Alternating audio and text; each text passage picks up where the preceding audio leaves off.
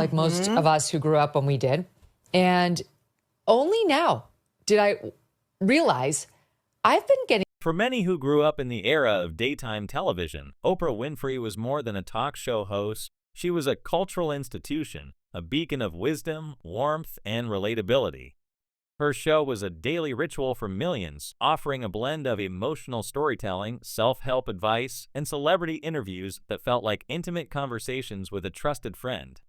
But recent critiques, notably from Joe Rogan and Megyn Kelly, have cast a harsh light on this image, accusing Oprah of building an empire not on authenticity, but on curated propaganda, emotional manipulation, and a disconnect from the everyday struggles of working-class Americans.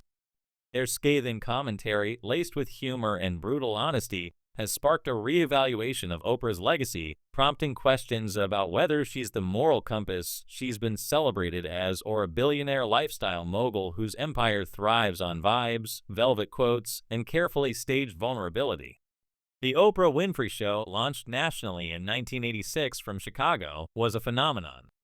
Oprah's ability to connect with her audience was electric. She was raw, relatable, and unpolished in a way that resonated deeply. Her interviews tackled tough topics, abuse, addiction, racism, with a sincerity that made viewers feel seen. She wasn't just a host. She was a survivor, openly sharing her own struggles with poverty, abuse, and weight, which endeared her to millions. This was the era of Fat Oprah, as Megyn Kelly affectionately recalled, a time when Oprah felt like one of us, a woman who understood hardship and spoke from the heart. Her authenticity was her superpower, turning her into a household name and laying the foundation for an empire that would span television, publishing, philanthropy, and wellness. But as her wealth and influence grew, so did the perception that she drifted away from that grounded persona. Rogan and Kelly argue that the Oprah of today, polished, billionaire, and untouchable, has lost the heart that made her relatable. Living in a sprawling Montecito estate, surrounded by luxury, Oprah seems far removed from the working-class Americans she once championed.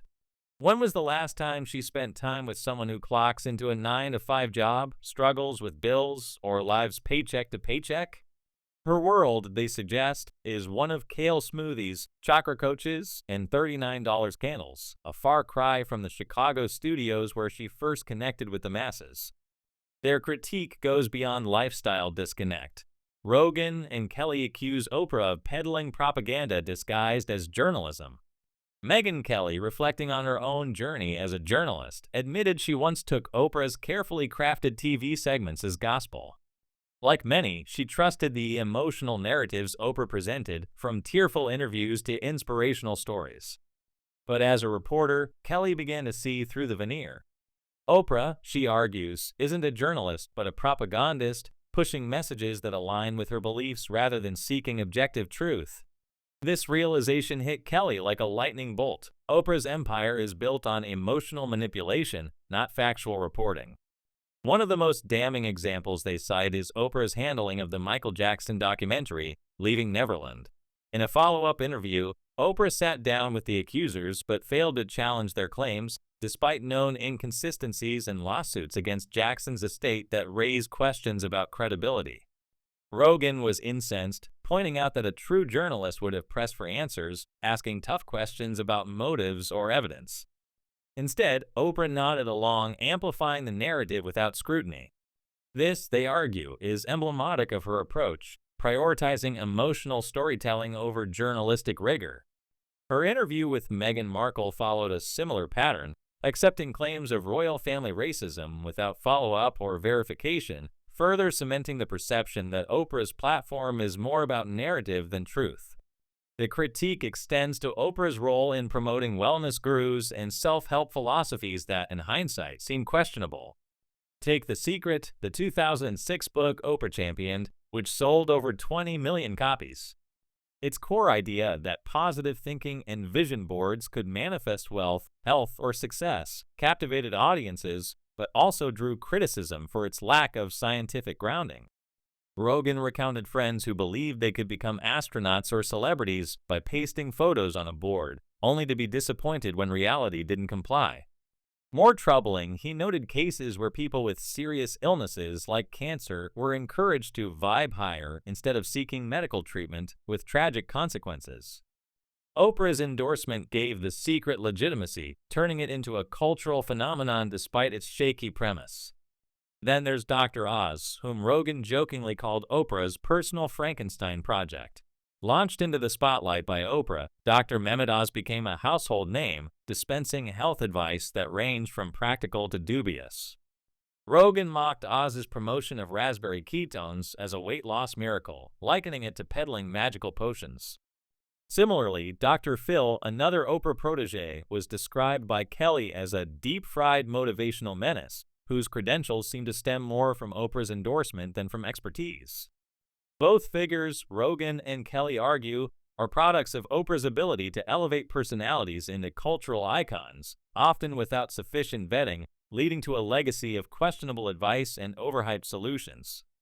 Oprah's book club, once a beacon for literature, also comes under fire. While it introduced millions to reading, critics argue it prioritized feel-good narratives over substance. Books like The Secret were marketed as life-changing, yet their advice often boiled down to platitudes about believing in yourself. Kelly quipped that Oprah sold people a dream of thinking their way out of poverty, when what they needed was tangible policy solutions, not vision boards. This critique cuts to the heart of Oprah's empire, a brand built on emotional highs, vague inspiration, and the promise of transformation, all packaged in a way that feels accessible but often lacks depth. The roast gets personal when Rogan and Kelly address Oprah's contradictions. She preaches body positivity while endorsing weight loss drugs, a shift that coincided suspiciously with her own transformation. Rogan laughed, saying, "We were perfect just the way we are until the check cleared." Kelly pointed out the irony of Oprah repping Weight Watchers while promoting a point system that seemed less relevant once new sponsors entered the picture. This pivot from self-love to pharmaceutical solutions felt like a betrayal to some fans, who saw it as another example of Oprah aligning with profitable trends rather than consistent principles. Her political influence is another sore point. Oprah's endorsement of candidates, from Barack Obama to potential Senate picks, is seen as an extension of her brand rather than a genuine call for change. Rogan mocked her for choosing candidates like one might pick throw pillows based on vibes rather than policy. Kelly highlighted the hypocrisy of Oprah decrying income inequality while living in multiple mansions, her wealth surpassing that of some small nations. This disconnect, they argue, undermines her credibility as a voice for the common person.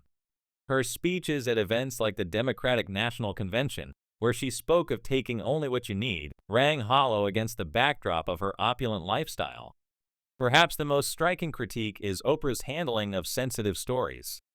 Rogan and Kelly recalled the 2009 interview with Charlene Nash, a woman disfigured in a chimpanzee attack. Oprah encouraged Nash to remove her veil on air, revealing her injuries to a national audience.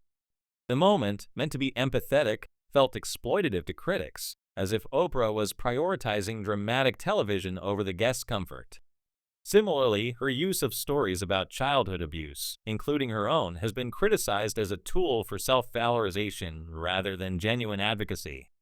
Kelly called it disgusting, arguing that Oprah leverages others' pain to burnish her own image as a compassionate figure. The duo also took aim at Oprah's spiritual squad, figures like Eckhart Tolle and Deepak Chopra, whose advice often veers into what Rogan called horoscope-level nonsense. Oprah's ability to package their vague mysticism as profound wisdom has fueled her wellness empire, from high-ticket retreats to overpriced candles. Kelly dubbed it mystic capitalism gone corporate, a system where enlightenment comes with a price tag and a promo code. The irony is stark. Oprah sells inner peace while sidestepping real-world issues like poverty or systemic inequality, which require more than gratitude journals to address. Rogan and Kelly's critique isn't just about Oprah's actions, but her untouchable status. For decades, questioning Oprah was taboo. Her brand, wrapped in affirmations and empathy, deflected criticism as negativity or misalignment. But Rogan and Kelly refused to align, instead peeling back the layers of what they call a self-help pyramid scheme accessorized with luxury branding. They argue that Oprah's empire thrives on curated emotional propaganda, soft lighting, dramatic pauses, and perfectly timed tears that create the illusion of vulnerability while shielding her from accountability. When scandals arise, like bad advice from her endorsed experts, Oprah's strategy is silence, retreating to her vineyard until the storm passes. This roast isn't without precedent.